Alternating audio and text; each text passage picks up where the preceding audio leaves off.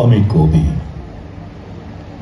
অপ্রকাশ সত্যকে প্রকাশ করবার জন্য, অমূর্ত সৃষ্টিকে মূর্তি দানের জন্য ভগবান কর্তৃক প্রেরিত। কবির কণ্ঠে ভগবান সাড়া দেন। আমার বাণী সত্যের প্রকাশিকা, ভগবানের বাণী। সে বাণী রাজবিচারে রাজদ্রোহী হতে পারে, কিন্তু ন্যায় বিচারে সে বাণী ন্যায়দ্রোহী নয়, সত্যদ্রোহী নয়। সে বাণী রাজদ্বারে দণ্ডিত হতে পারে, কিন্তু ধর্মের আলোকে ন্যায়ের দুয়ারে তাহা নিরপরাধ, নিষ্কলুষ, অম্লান, অনির্বাণ সত্য স্বরূপ। সত্য স্বয়ং প্রকাশ, তাকে কোনো রক্ত আখি রাজদণ্ড নিরোধ করতে পারে না। আমি সেই চিরন্তন স্বয়ং প্রকাশের বীণা, যে বীণায় চির সত্যের বাণী ধ্বনিত হয়েছিল। আমি ভগবানের হাতের বীণা, বীণা ভাঙলেও ভাঙতে পারে, কিন্তু ভগবানকে ভাঙবে কে? একথা ধ্রুব সত্য যে সত্য আছে, ভগবান আছেন, চিরকাল ধরে আছে এবং চিরকাল ধরে থাকবে। যে আজ সত্যের বাণীকে রুদ্ধ করেছে, সত্যের বীণাকে মুখ করতে চাচ্ছে, সেও তারই এই ক্ষুদ্রাদপি ক্ষুদ্র সৃষ্টি অনু। তারই ইঙ্গিতে, আভাসে, ইচ্ছায় সে আজ আছে, কাল হয়তো থাকবে না। নির্বোধ মানুষের অহংকারের আর অন্ত নাই। সে যাহার সৃষ্টি, তাহাকেই সে বন্দী করতে চায়, শাস্তি দিতে চায়, কিন্তু অহংকার একদিন চোখের জলে ডুববেই ডুববে। আমি বলছিলাম, আমি সত্য প্রকাশের যন্ত্র। সে যন্ত্রকে অপর কোনো নির্মম শক্তি অবরুদ্ধ করলেও করতে পারে, ধ্বংস করলেও করতে পারে, কিন্তু সে যন্ত্র যিনি বাজান, সে বীণায় যিনি রুদ্রবাণী ফোঁটান, তাকে অবরুদ্ধ করবে কে? সে বিধাতাকে বিনাশ করবে কে? আমি মরব, কিন্তু আমার বিধাতা অমর। আমি মরব, রাজাও মরবে, কেননা আমার মতন অনেক রাজদ্রোহী মরেছে।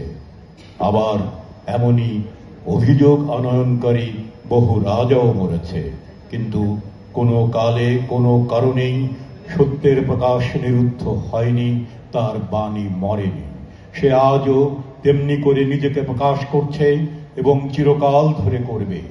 আমার এই শাসন নিরুদ্ধ বাণী আবার অন্যের কণ্ঠে ফুটে উঠবে।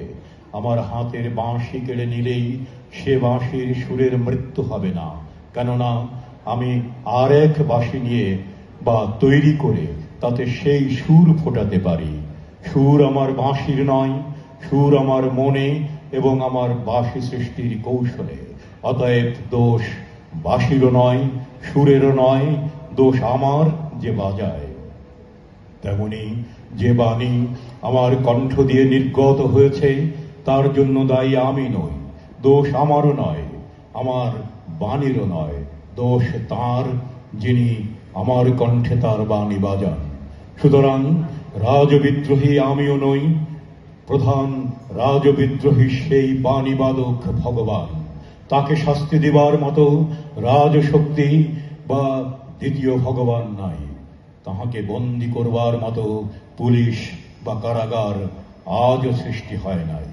আমি পরম আত্মবিশ্বাসী, তাই যা অন্যায় বলে বুঝেছি তাকে অন্যায় বলেছি, অত্যাচারকে অত্যাচার বলেছি, মিথ্যাকে মিথ্যা বলেছি। কাহারও তোষামোদ করি নাই, প্রশংসার এবং প্রসাদের লোভে কাহারও পেছনে পো ধরি নাই। আমি শুধু রাজার অন্যায়ের বিরুদ্ধে বিদ্রোহ করি নাই, সমাজের, জাতির, দেশের বিরুদ্ধে আমার সত্য তরবারির তীব্র আক্রমণ সমান বিদ্রোহ ঘোষণা করেছে।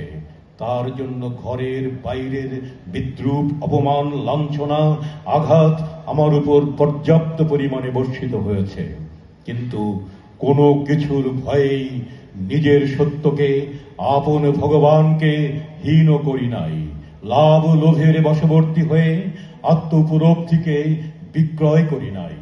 নিজের সাধনালব্ধ বিপুল আত্মপ্রসাদকে খাটো করি নাই, কেননা আমি যে ভগবানের প্রিয়, সত্যের হাতের বীণা।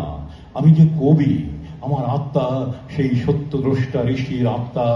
আমি অজানা, অসীম, অপূর্ণতা নিয়ে জন্মগ্রহণ করেছি। এ আমার অহংকার নয়, আত্ম উপলব্ধি, আত্মবিশ্বাসের চেতনালব্ধ সহজ সত্যের সরল স্বীকারোক্তি। আমি অন্ধবিশ্বাসে, লাভের লোভে, রাজভয়ে বা লোক ভয়ে মিথ্যাকে স্বীকার করতে পারি না, অত্যাচারকে মেনে নিতে পারি না।